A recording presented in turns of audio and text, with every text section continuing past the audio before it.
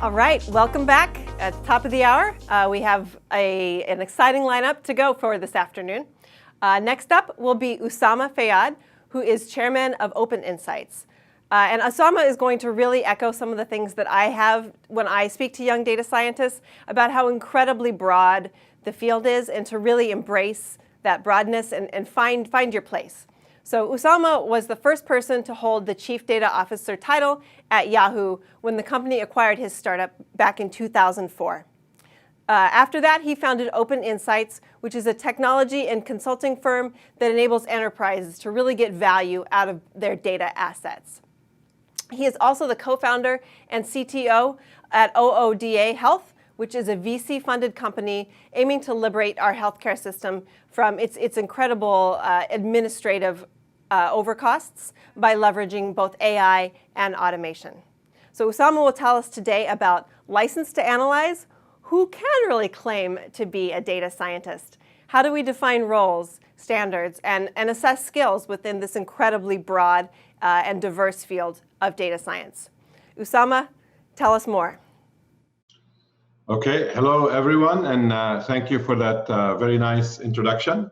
So what I'm going to try to cover today is basically the idea that many companies and many organizations and many people are actually struggling with the problem of who is it that can call themselves a data scientist, and how do they evaluate whether they've hired the right person, how does that person know they're applying for the right jobs, etc.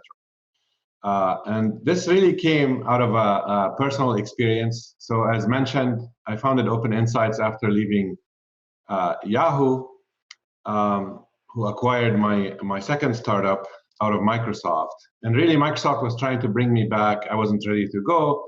So my first project was actually with Satya Nadella and Steve Ballmer to kind of work on data strategy and think about big data. At the time, many people were leaving Yahoo. Many had tasted kind of the power of big data, and many of them were actually joining Open Insights. We knew that data was essential to make AI and machine learning work. We had no good story for how to handle unstructured data for the enterprise. And a lot of the ex-Yahoo teams were also leaving, taking the open source Hadoop that was worked on at Yahoo, actually, in the Yahoo Labs, which was in my organization, to go and create Cloudera and Hortonworks, etc. And most companies basically couldn't get big data going, and most were having huge difficulties with data. As more customers came to Open Insights, I remember Verizon, AT&T, many telcos, financial services, banks, funds, etc. I was lucky that I understood data science, data management, spent all my time with machine learning and AI, so I knew how to hire the right people and I knew how to get to them. The problem is, what would a normal enterprise have to do, right? A regular company, especially a big one, what can they do to find successfully the right talent, etc.? That was a real challenge, and that's what kind of led us into this whole area of research. So first question, how many people are interested in analytics in general, especially machine learning analytics? And if you look at a good indicator like number of people at Kaggle, now you wouldn't be a Kaggle user unless you were really using some serious analytics and machine learning. That went up from 4,400 people when they started to over 2.5 million now, and that's a huge growth, annual growth of 120%. Then you ask simple questions like, you know, when you get on a plane and you're about to take a trip, do you want to sit there and wonder if your pilot is qualified to kind of pilot your plane? Would you rather, ride with Captain Sully, who can deal with kind of unexpected situations, or kind of ride with somebody who barely knows how to fly an airplane?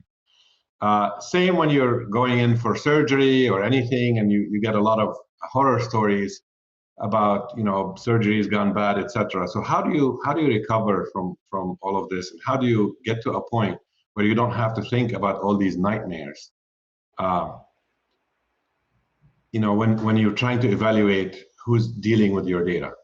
And in this modern age, if you ask me, is it important for a company to get value out of its data? I would say it's becoming essential for their competitiveness, for their ability to understand the market and the customer.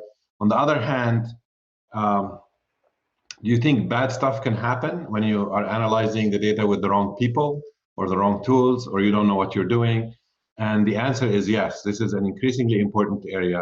It's not getting the attention it needs. And basically, if you approach it kind of without thinking it through, you can get in trouble very quickly. So quickly looking at LinkedIn online, for example, how many people kind of list the capability targeting, about 12 million. How many basically use the title targeting in their job title? About 1.6 million. Those numbers, by the way, surprised me when we first found them. Lots of groups. I don't necessarily recommend some of them, but lots of groups that are big, 300,000, over 200,000. Essentially here we've listed all the ones that are above 40,000 members that are basically around this analytics, advanced analytics area. And if you ask how many data scientists are in the world, right? One answer is given by the CEO of Kaggle. He says 1.5 to 3 million. So this is 2016. Number one, check out the variance here, right? So it's about 100% variance.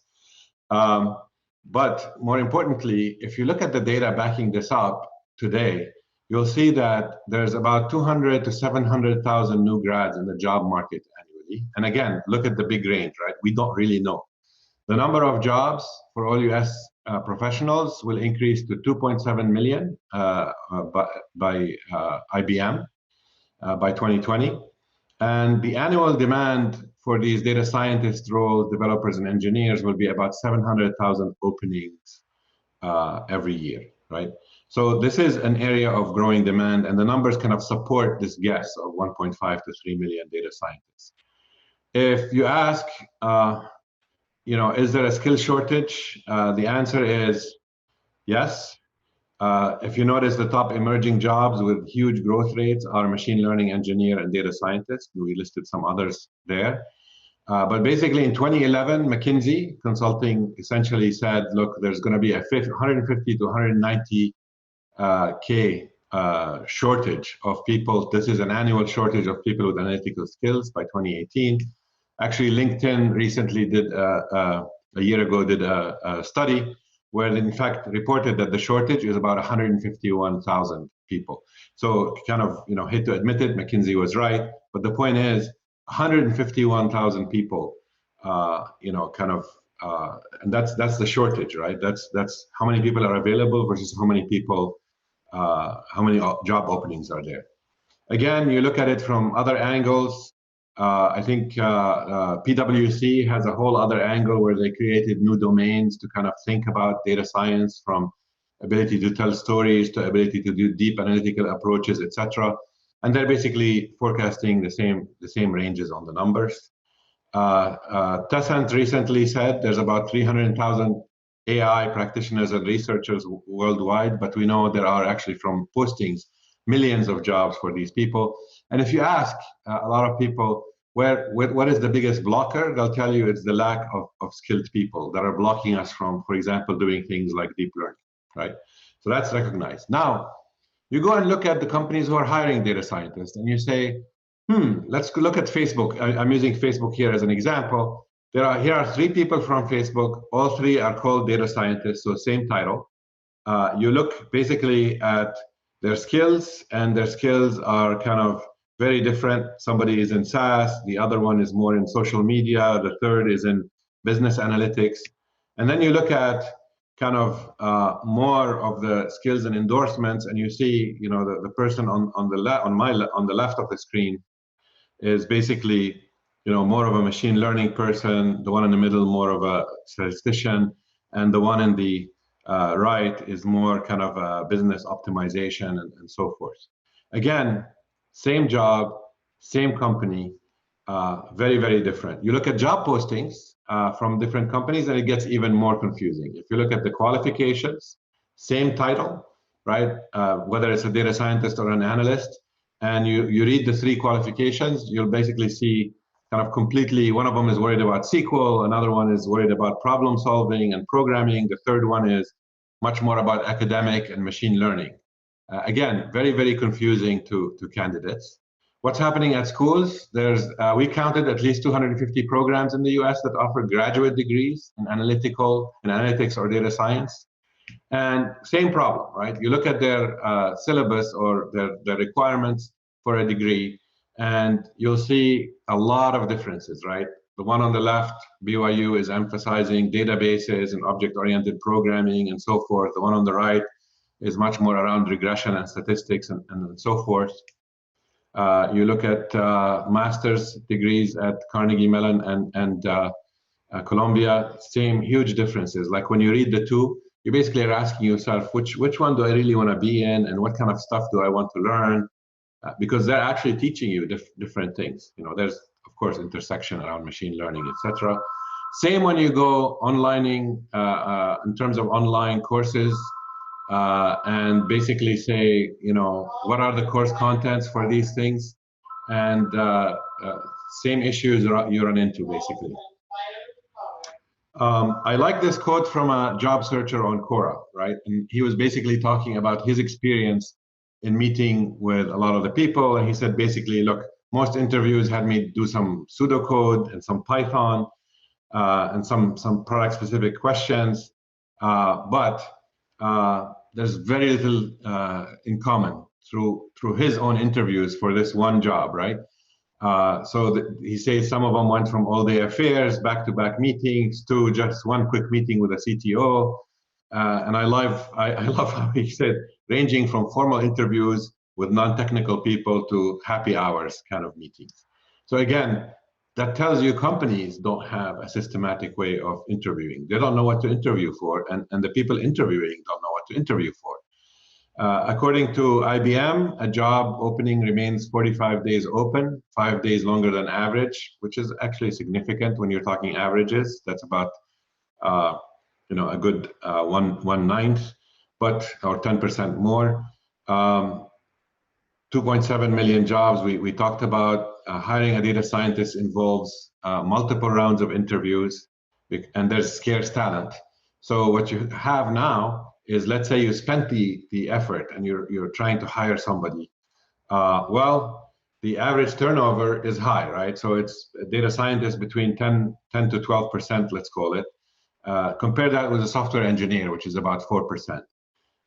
The average cost of recruitment is high, but more importantly, if you actually did, and we did this computation, if you take all the time spent on all the candidates to filter out, etc., there are literally over $100 million of waste a year on wrong companies interviewing the wrong candidate, etc.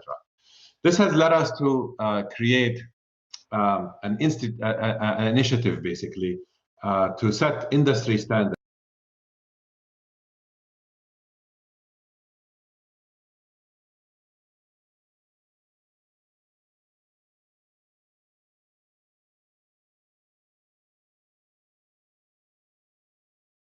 There's framework. So to understand, you know, who's an analytics professional, who's a data scientist, what does a job title mean, what does the role associated with the title, what should it be, what are the knowledge and skills required, how do you assess and measure these skills. There's very little work done on there, and we're doing this as an industry initiative open to all. We're working with academics, with the industry, and of course with the service provider, meaning the consulting companies and so forth who hire a lot of data scientists. We have an advisory board that essentially represents a big spectrum of companies, a lot of the ones you can think of, such as Google, Facebook, and others, but a lot of also the specialized one, a lot of the academia. You can visit and learn kind of about the advisory board we have. We also get our insights by doing conferences, third-party research, and social media analysis. We do a lot of one-on-one interviews, and we do a lot of survey research. And I'm going to share with you some of the results today, but of course, you're always welcome to go and look up more. We've kind of reached out to big conferences. So we had a hugely attended panel at KDD last year. This year, we have a workshop at KDD. We had one at the ICDM conference in Singapore, at ODSC Boston. I had a keynote on this topic. And if you are interested in KDD 2019 in Alaska, in Anchorage, we basically have a workshop on the topic where we're kind of discussing these results and setting the agenda for the next stage of developments in this area. Insights from our interview. So a few minutes quickly summarizing, here's a quote. Just hired a data scientist. We started with 60 applicants, basically narrowed it down to one. A huge effort. And the biggest complaint is math skills are rare. Most important thing is not being able to use an algorithm that you picked off a tool, but to know how and why you're using it. And this is very, very important to understand what's under the hood, why you're using it, when does it apply, because most of the work I say is actually around the representation of the problem, not really the algorithm you chose. I take courses as kind of an expression of interest, not really evidence of expertise. You see them also struggling with retention, right? You pay these people more, that causes cultural issues, that causes inequities, but the market is so hot, if you don't do anything, you lose them. So there's a lot of frustration at companies. And people don't really appreciate what is really, really needed to make stuff work. The basic survey I'm going to cover here is one that we ran. It's still available. You're welcome to participate. I have the link in there on bit.ly IADS survey. But basically, we asked a bunch of questions, and I wanted to share with you a sampling of the answers we got. More than 700 participants. I think we have over 1,000 now, covering a lot of companies, big and small. So a good range, a good healthy range. And you ask them which industry, not surprising, about 25% of them are technology and internet companies, but you see almost all the other big fields represented. How many employees? Interestingly here, 50% of the respondents worked at companies that had 5,000 or more, so big companies are very interested. How many are in analytics, right? And 22% of them have 300 and more, and then you have another big peak at about 3 to 9, right? So this is expected, right? There's either a small team of data scientists, or this is a very large organization with a lot of data scientists and analysts, etc. Heavy reliance on partners, right? So they need it because they don't have the talent yet. Fewer than, basically less than 25% of them are basically relying on outside parties. So they're trying to hire people, and they're not finding the people, as evidenced by all the gaps. Asking what function do you fulfill? Do you generate insights versus build analytics versus build and maintain? And obviously our survey is biased, right? You take the survey if you care about the area in general. So the majority are around kind of generating insights and building analytics. So the majority are more like machine learning people. Training and management practices. When you hire these people, how do you train them? Well, guess what? Self-education and on-the-job training, right? So that tells you a lot, that and mentoring. So basically, people don't come in prepared for these jobs, which is a big job for academia to take care of. Multitude of titles. I mean, this is where it gets very confusing, right? Data scientist is very popular, but you can see a lot of titles there that are very, very related in these areas, and they get mixed up. Quick exercise for you. Which of these skills do you consider most important to being a data scientist, right? We asked kind of all these survey attendees and computed the statistics. And the results were pretty interesting, right? So data mining basics, everybody must have. Science skills are also high up there, and business and soft skills are very important, right? So those are the must-haves and should-haves. If you look at basically the details, I'm going to skip one slide here. Surprisingly, for example, for data scientists, programming is kind of one of the biggest skills. You must be a good programmer to do a good job here. Big data, database.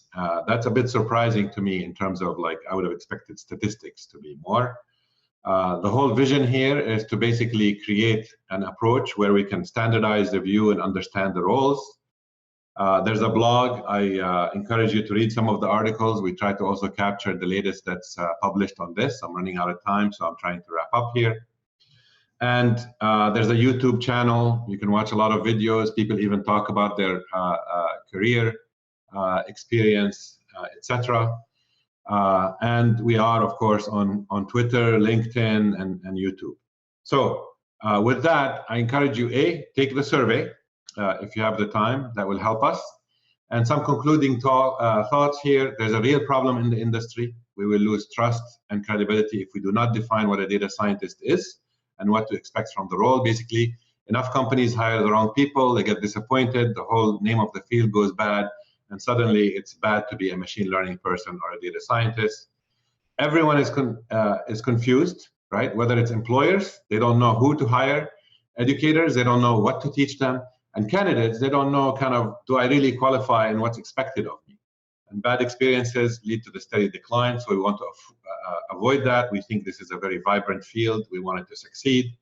A lot of money wasted with the wrong interviews and the wrong approaches and the wrong assessments.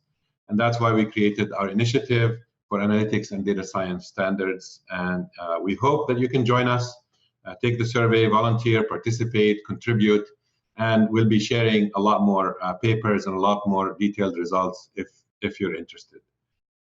So with that, I'd like to thank you all for attending. Contact information is here. I'm on Twitter. You can reach me at usama@open-insights.com, and happy to take your questions. So thank you for listening. Thanks, Usama. I think you raised some incredibly important points about sort of standards and definitions in our ever-changing industry. We have some great questions from our viewers. Let's start with one of them from Fiona. Fiona wants to know, how do you draw the line between data analyst and data scientist? Fiona notes that she actually built a data warehouse for her company, yet her title is still a data analyst. So how do we sort of come to grips with these sort of quagmires that we're seeing in our industry? Exactly. I mean, so great question, number one.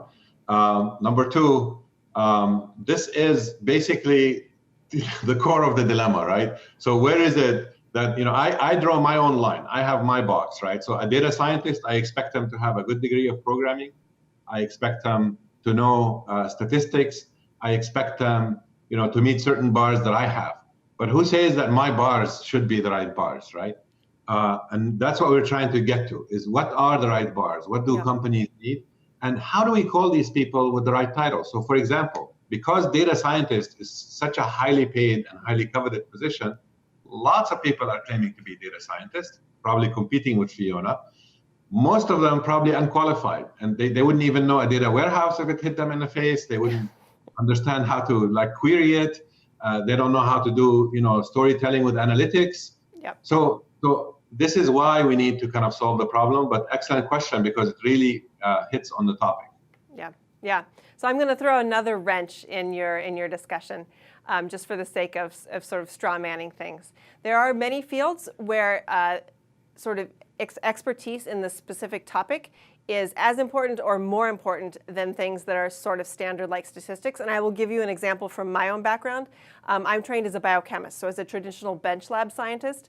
And the data science and machine learning jobs that I've had, I could not have done those jobs without that training. So it's actually probably more important. So how do you propose that we would evaluate people where domain expertise is paramount?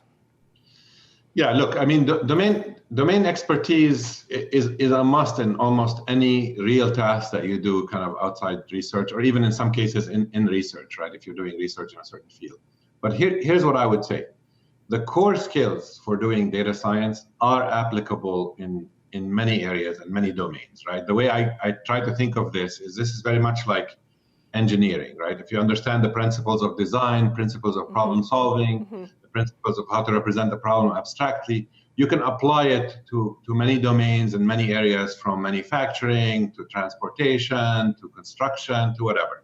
Yep. Now, the trick here is, how do you work with the right experts? Because you can never of course, the best combination is an expert like you in a certain area who actually picks up the data science skills. That is very rare and very difficult. It's much easier to find somebody who really, really knows how to do the data science. They're a machine learning expert, or they know their statistics inside out. They can program. They can dive into data and grab stuff. who are working very, very closely with deep domain experts. And this was kind of my lucky, at least exposure. When I first graduated with my PhD in AI and machine learning from University of Michigan, my first job was with NASA Jet Propulsion Lab, which is a Caltech lab. Yep. So I ended up hooking up with many scientists, real scientists in astronomy, planetary geology, atmospherics, many of these areas who really, really knew the domain inside out. But I could bring a new perspective, and we could solve problems that the scientists struggled with for 30, 40, 50 years without being able to solve them, because they didn't know what's possible with machine learning and algorithmic approaches to analysis.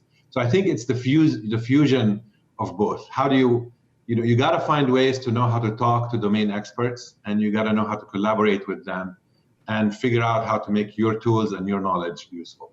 Yeah, great, thanks. So that's all the time we have.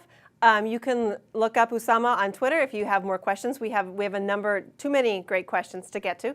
On Twitter, it's Usama F. And so thank you again. And to everyone, to all of our viewers, hold tight for our next talk. We will hear from Adrian Cartier at Bayer.